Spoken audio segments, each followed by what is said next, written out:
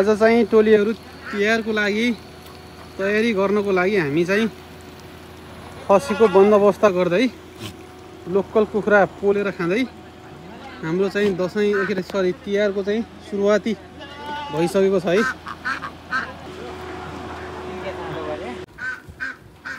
खसीहरू चाहिँ खोरमा लिँदैछौँ हामीहरू पसिसक्यो है।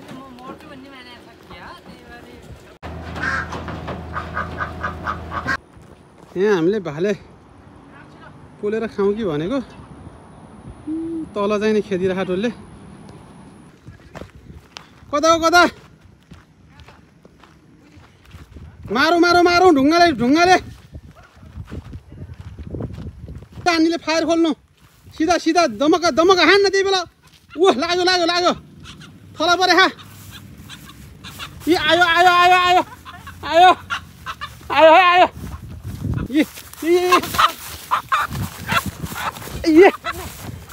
लाग्यो क्या छोपियो है बल्ल जङ्गलमा होइन हाम्रो गाडी यता छ टक्क यो खसीहरू यहाँ भित्र छन् प्याक भइसके 5वटा छन् यसमा देखिन्न अहिले 5वटा ठुलो खसीहरू यसमा खसी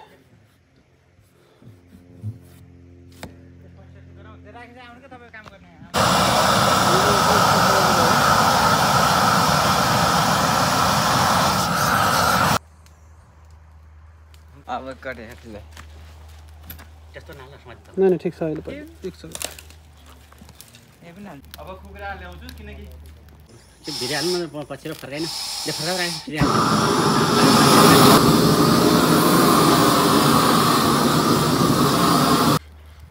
आज हाम्रो एकदमै आउटडोर फायरिङ भइरहेछ। खसी उता बन्दैछ यता लोकल कुखुरा टक्क लाएर पोलेर हरियो खोर्सानी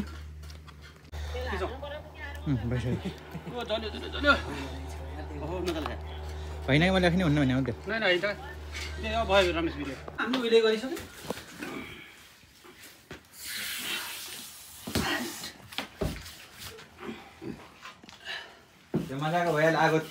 प्रमोसन कति धेरै भइरहेको होइन अहिले चाहिँ हाम्रो त्यो दुईवटा काट्दैछन् दुईवटावाला हो यो चाहिँ अब यहाँनिर तयारी हुँदैछ। अब होइन टमाटर खोर्सानीको मुनि हाम्रो प्याज छ लसन होइन बाँकी तयारी छ। तपाईँले यो हाम्रो खसी नम्बर 2 हो जो तयारी हुँदैछ त्यो हाम्रो खसी नम्बर 2 हो।